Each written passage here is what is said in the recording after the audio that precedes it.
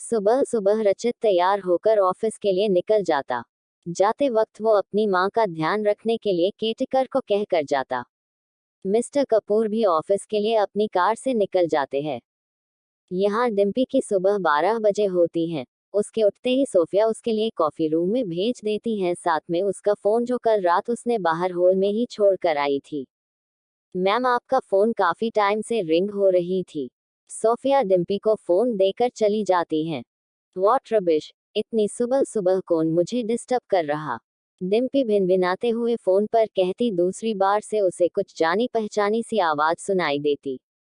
Good morning baby. तुम, how dare you. यहाँ सरला जी hall में बैठी केटकर के साथ कुछ बातें कर रही होती है। तभी डिम्पी तैयार होकर जल्दी में घर से बाहर जाने को होती। सरला जी उसे रोकते हुए कहती है, बहू कहाँ जा रही हो बेटा? आओ थोड़ी देर हमारे पास आकर बैठो। My foot. डिम्पी सरला जी पर एक तिरछी नजर डाले कहते हुए मेंशन से बाहर निकल जाती। सरला जी का चेहरा वही उतर जाता। वही उसकी केटी कर जाते हुए डिम्पी को देखती रही, जो बहुत जल्दी में होने के साथ साथ गुस्से में भी थी। डिम्पी मेंशन से सीधे क्लब में पहुंचती है, जहां उसके सारे फ्रेंड्स उसका इंतजार कर रहे होते। यार डिम्पी, तू तो आज बहुत लेट हो गई। क्या तेरी सासू मॉम ने तुझे पैर दबाने के लिए रोक रखा था? डिम्पी की फ्रेंड्स उसका मजाक उड़ाते हुए कहती हैं। सासू मॉम माय फुट, मेरे इतने भी बुरे दिन आए कि मैं किसी के पैरों में गिर जाऊं? डिम्पी एटीट्यूड के साथ कहती। ओके ओके, अब चील कर यार, देख आज मेरी बर्थडे पार्टी है, तुझे बिल्कुल भी गुस्सा नहीं करना। और इसके लिए मैंने एक बहुत ही वंडरफुल सा सरप्राइज रखा है। सभी लोग सरप्राइज की ओर देखने लगे। सामने से एक शख्स क्लब में एंट्री करता है, जिसे देखते ही जहां डिम्पी के सारे दोस्त एक्साइटमेंट में चिल्लाने लगे, वही डिम्पी की त्योरियां चढ़ गई। वो शख्स डिम्पी के सामने आता और डिम्पी उसके गाल पर थप्पड़ जड़ देती। तुम्हारी हिम्मत कैसी हुई मुझे कॉल करने की? तुम्हें क्या लगा मैं यहाँ तुम्हारी सो कॉल फेस देखने के लिए आई हूँ? Dimpy, I am so sorry darling, मुझे तुम्हें इस तरह शादी के दिन छोड़कर नहीं जाना चाहिए था। वो शख्स और कोई नहीं, डिम्पी का बॉयफ्रेंड ऋषभ था। डिम्पी उसे आगे कुछ नहीं कहती और एक बार फिर उसके गाल पर थप्पड़ जड़ देती। अपनी सॉरी अपने पास रखो। तुम्हारी वजह से मेरी लाइफ स्पॉइल हो गई। मुझे सो कॉल्ड उस मिडिल क्लास से शादी करनी पड़ी सिर्फ तुम्हारी वजह से।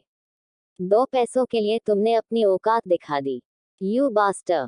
डिम्पी का गुस्सा और भी ज्यादा बढ़ने लगा। तब तक उसकी फ्रेंड निशा उसे संभालते हुए कहती है, डिम्पी यार कम डाउन। देख, जो भी हुआ उसे अभी के लिए भूल जा। आज मेरा बर्थडे और कल मैं अपने बॉयफ्रेंड के साथ यूएसए चली जाऊंगी। बस आज की रात सब कुछ भूलकर हम सारे फ्रेंड्स एंजॉय नहीं कर सकते प्लीज? निशा, मैं सिर्फ तेरी वजह से इसे बर्दाश्त कर रही हूँ, वरना यहाँ मैं एक सेकंड भी नहीं रुकती। डिम्पी गुस्से में उबलते हुए कहती हैं। ओके थैंक्स यार, अब चल पार्टी एंजॉय करते हैं। निशा डिम्पी को लेकर दूसरी तरफ लेकर जाती हैं। यहाँ ऋषभ का चेहरा डिम्पी के थप्पड़ की वजह से लाल हो जाता है। वो सोफे पे एक कोने में बैठा डिम्पी पर ही नजर गड़ाए हुए था, जबकि डिम्पी निशा के साथ पार्टी एंजॉय कर रही थी। तभी ऋषभ का एक दोस्त ऋषभ की हालत को देखकर हंसता हुआ कहता है, क्या ब्रो, आज तो हमारी एक्स भाभी ने तुझ पर बहुत प्यार बरसाया है। इतने प्यार देने का रिटर्न गिफ्ट तो बनता है न ब्रो? ये रिटर्न गिफ्ट तो देना ही होगा, आखिर इतना प्यार जो दिया है। ऋषभ कसे हुए चेहरे से डिम्पी को देखकर कहता है। डिम्पी अपनी फ्रेंड के साथ पार्टी एंजॉय कर रही होती, इस बात से बेखबर कोई उसके लिए गहरी साजिश रच रहा होता। निशा के बर्थडे पर केक कटिंग पर सारे दोस्त एक साथ जुट जाते। एक बार फिर डिम्पी को ऋषभ की शक्ल देखनी पड़ी, पर ऋषभ केक कटिंग के बाद ही वहां से दूर हो जाता। केक कटिंग के बाद सारे दोस्त एक साथ सेल्फी लेते हैं और उसके बाद पार्टी एंजॉय करते हैं। सॉन्ग प्ले करते ही सभी धीरे धीरे डांस फ्लोर पर थिरकने लगते हैं। डिम्पी भी डांस करने लग जाती हैं। यहाँ ऋषभ डांस फ्लोर से दूर डिम्पी को घूर रहा होता है। उसकी नज़र डिम्पी के फिगर पर जाती है और एक के बाद एक ड्रिंक पीने लगता। तभी वो एक वेटर को बुलाता है जो ड्रिंक लिए घूम रहा था। वो उस वेटर के हाथों में से किसी एक ग्लास पर कुछ मिलता है और उससे कहता, ये ग्लास जाकर उस मैडम को देना। और दूसरी ओर उस वेटर के पॉकेट पर नोटों की गड्डी डाल देता। वेटर सर हिलाता हुआ अपने काम पर लग जाता। जहां डिम्पी डांस फ्लोर पर म्यूजिक की धुन में मगन थी, वेटर उसकी ओर ड्रिंक का ग्लास सर्व करता और देवयानी ड्रिंक ले लेती हैं। दूसरी तरफ ऋषभ और वेटर के चेहरे पर शैतानी मुस्कान छा जाती। यहाँ रचित ऑफिस से घर आकर अपनी माँ से मिलता है, जो इस समय अपने कमरे में थी। रचित को आज घर आने में देर हो गई थी, जिससे वह सबसे पहले अपनी माँ से मिलता है। माँ, आपने खाना खाया? रचित, बड़ी देर कर दी आने में बेटा, सरला जी भराई हुई आवाज में कहती। हाँ माँ, ऑफिस में आज ज्यादा काम था, रचित सरला जी के पास बैठता हुआ कहता। समधी जी, क्या वो भी नहीं आए हैं अभी तक?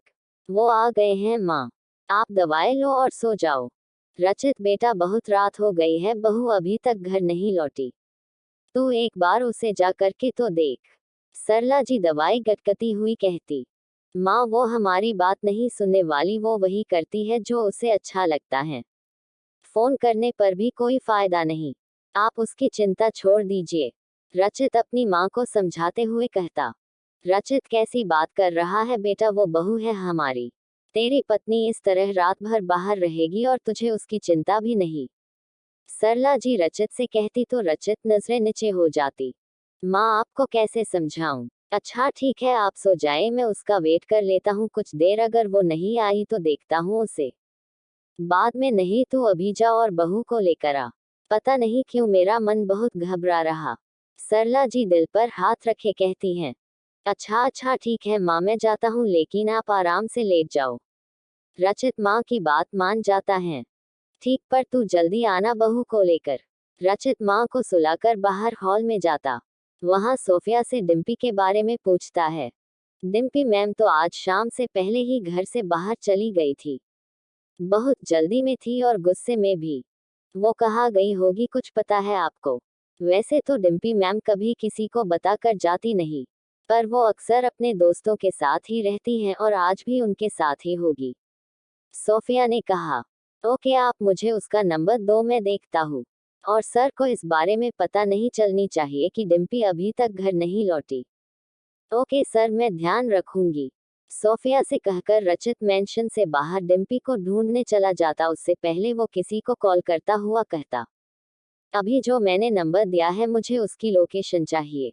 रचित के कहने पर दूसरी ओर से तुरंत ही रिप्लाई आता, नाइट क्लब। डिम्पी जैसे ही वो ड्रिंक पीती उसे मदहोशी सी छाने लगती, धीरे धीरे सिर घूमने लगता और पसीने से भीगने लगी। वो वहां से फौरन वॉशरूम जाती, चेहरे पर पानी की छींटे डालती। ओ गॉड, मेरा सिर इतना भारी सा क्यों लग रहा, मुझे इतनी गर्मी क्यों लग रही, हेल्प हेल्प मी।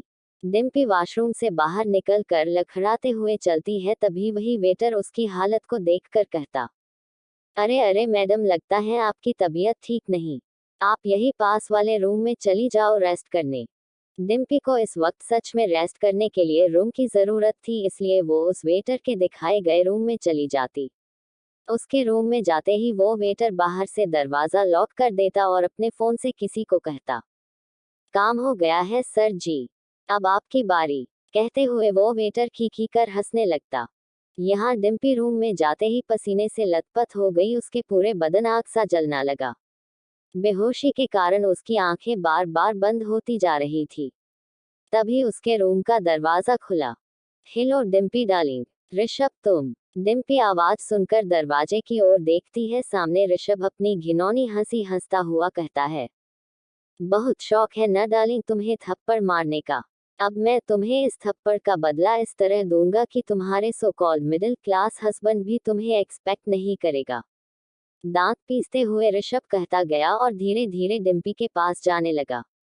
डिम्पी की आंखें धीरे धीरे बंद होने जा रही थी और उसी जरिए वो ऋषभ को अपने पास आता देख उससे दूर जाने होती ऋषभ उतनी ही उसके करीब जाता रहा।